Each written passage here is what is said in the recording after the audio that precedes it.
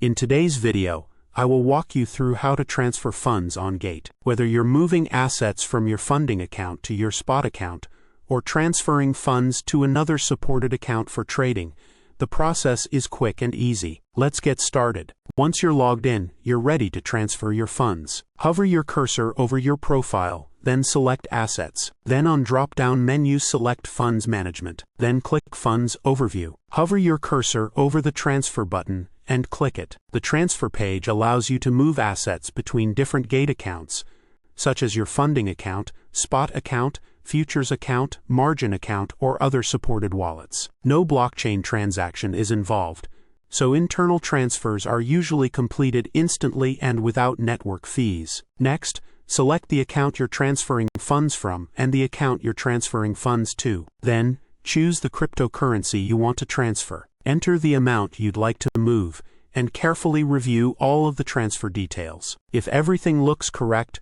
click Confirm to complete the transaction. Once the transfer has been processed, your balance will be updated automatically in the destination account. Since this is an internal transfer within Gate, your funds are typically available immediately for trading, investing, or other supported activities. And that's how you transfer funds on Gate.